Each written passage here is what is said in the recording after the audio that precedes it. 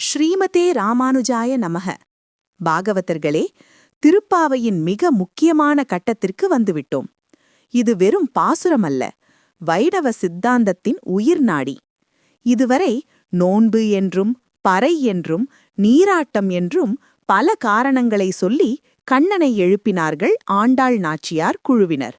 கண்ணனும் ஓ, இவர்களுக்கு ஏதோ வாத்திய கருவி வேண்டும் போலிருக்கிறது என்று நினைத்து இந்தாருங்கள் பறை என்று கொடுக்க வருகிறான். ஆனால் இந்த பாசுரத்தில்தான் ஆண்டாள் ஒரு மாபெரும் ரகசியத்தை உடைக்கிறார்.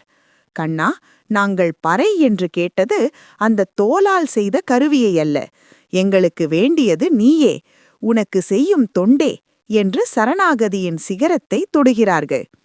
சிற்றஞ்சிறுகாலை வார்த்தையிலேயே எவ்வளவு குளிர்ச்சி பாருங்கள்.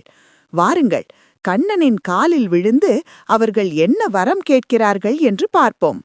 சிற்றம் சிறுகாலை வந்து உன்னைச் சேவித்துன் பொற்றாமரை அடியே போற்றும் பொருள் கேளாய்.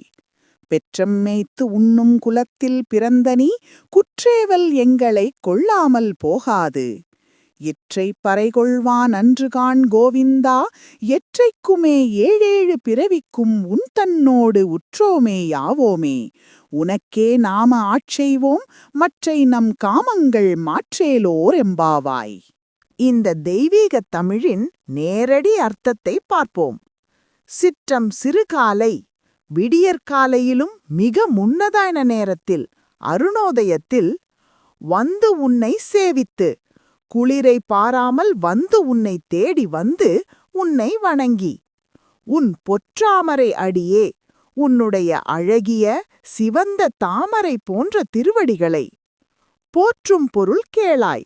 நாங்கள் இப்படி மங்களாசாசனம் பண்ணுவதன் நோக்கத்தை கேட்பாயாக. பெற்றம் மேய்த்து உண்ணும் குலத்தில் பிறந்த நீ குற்றேவல் எங்களைக் கொள்ளாமல் போகாது. அந்தரங்க கைங்கரியத்தை எங்களிடம் பெற்றுக்கொள்ளாமல் எங்களை தள்ளிவிடக்கூடாது. கோவிந்தா, பசுக்களை காப்பவனே, இற்றைப் பறை கொள்வான் அன்றுகான். இன்று ஏதோ இந்த பறையை மட்டும் வாங்கிக் கொண்டு போக நாங்கள் வரவில்லை. எற்றைக்கும் ஏழேழு பிறவிக்கும், என்றென்றைக்கும் எத்தனை ஜென்மங்கள் எடுத்தாலும் உனக்கு மட்டுமே உறவு உடையவர்களாக நாங்கள் இருக்க வேண்டும். உனக்கே நாங்கள் அடிமை செய்வோம். மற்றை நம் காமங்கள் மாற்று. உன்னை தவிர மற்ற விஷயங்களில் எங்களுக்கு இருக்கும் ஆசையை நீயே போக்கி அருள வேண்டும். ஏன் ஆண்டாள் காலை என்று சொல்லாமல் சிற்றஞ்சிறுகாலை என்கிறார்? பொழுது விடிந்துவிட்டால் வெயில் வந்துவிடும், குளிர் போய்விடும். ஆனால் இந்த கடும் பனியிலும் விடியும் முன்பே நாங்கள் வந்திருக்கிறோம் என்றால் எங்கள் ஆற்றாமை, அதாவது ஈகர்னஸ் எவ்வளவு தீவிரமானது என்று புரிந்து கொள்கண்ணா என்கிறார். குளிரை ஒரு பொருளாக நினையாமல் நாங்கள் வந்தது உன்மீதுள்ள வெப்பம் காதல் தாழாமல்தான் என்பது உள்ளர்த்தம். இங்கே ஒரு அற்புதமான ரசோக்தி. அவர்கள் கண்ணனை கோவிந்தா என்றும் பெற்றம் மேய்த்துண்ணும் குலம் என்றும் அழைக்கிறார்கள்.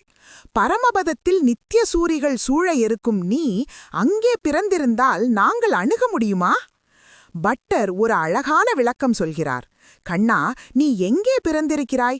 கணக்கு வழக்கு தெரியாத இடையர் குலத்தில். இங்கே பசு மேய்க்கும் இடையனுக்கு கூலி பேசும்போது எத்தனை பசு என்று எண்ணத் தெரியாதாம். அதனால் பசுவின் வாலை தொட்டு இதற்கு ஒரு உழக்கு நெல், இதற்கு ஒரு உழக்கு என்று வாலை காட்டித்தான் கூலி கேட்பார்களாம். வாலால் உழக்குக்கு பசுமேய்க்கை. அப்படிப்பட்ட அறிவு குறைந்தவர்கள் குலத்தில் வந்து பிறந்ததே எங்கள் போன்ற எளியவர்களுக்கு அருளத்தானே. இப்போது எங்கள் சேவையை மறுத்தால் நீ இந்த குலத்தில் பிறந்ததே வீணாகிவிடுமே என்று உரிமையோடு மிரட்டுகிறார்கள். 6000 படி உரை இன்னும் சுவையானது. கண்ணன் இவர்களின் குறிப்பை புரிந்து கொள்ளாமல் பறை வேண்டுமா என்று கேட்கிறான். அதற்கு ஆண்டாள் நினைப்பதாக ஒரு நயம். மாடு மேய்ப்பவன்தானே நீ? மாடுகளுக்குதான் புத்தி குறைவு என்றால் மாடு மேய்ப்பவனுக்கும் அப்படித்தானோ? பெண்கள் வார்த்தையின் உள்ளர்த்தம் உனக்கு புரியவில்லையே கோவிந்தா என்று செல்லமாக கோபித்துக் கொள்கிறார்கள். இங்குதான் ஸ்ரீ ராமானுஜ சித்தாந்தத்தின் சாரம் இருக்கிறது. இற்றை பறை கொள்வான் அன்றுகான்.